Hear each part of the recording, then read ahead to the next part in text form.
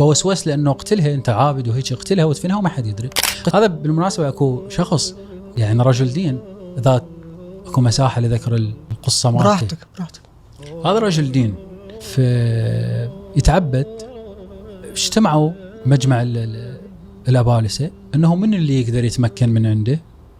فقام واحد اللي هذا مختص بالذهاب للأنبياء قال له أنا أروح له. فراح له. هذا طبعا يصلي كل 10 أيام يلا يشيل راسه من التربة وهيك.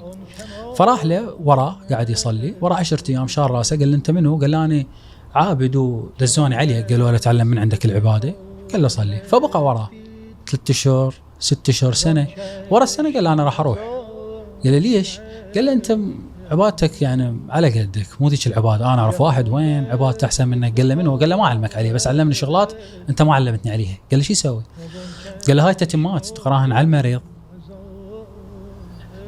يطيب، تقراهن على المصروع على الغيره يتشافى. فحفظهن وطلع من عنده إبليس. تنكر بهيئة شخص صرع لأحد المارة بالطريق فالتموا عليه. اجى نفسيته إبليس قال لهم أنا أعرف اللي شافيه.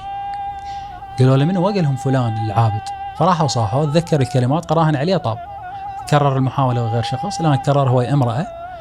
فجابوا له الامرأة قال لهم خل أصلي أخلص الركعة مالتي بدت 10 أيام. فتركوها وراحوا.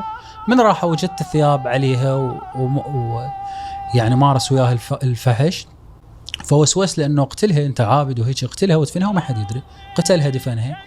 راح لهم للمنام الأهلها قال لهم ترى هذا هيك فعل بيها ومدفونة بفلان مكان. فراحوا جابوا طلعوا طلعت الحدث صحيح. عرضوا للحاكم حكم عليه بالموت. بهاي اللحظة اجى إبليس بهيئة العابد اللي كان يصلي وراه. قال له تعالي ارجع لي انت وين؟ قال له تريد اخلصك؟ قال له ايه. قال اسجد لي يا الله. فسجد له. قال له اني اخاف الله رب العالمين. فالقصد انه مساحة الدين ومساحة القرب من الله هي مساحة خطرة لازم تعرف شلون تتعامل مع الشيطان بها. هذا بآخر يوم خسر كل شيء.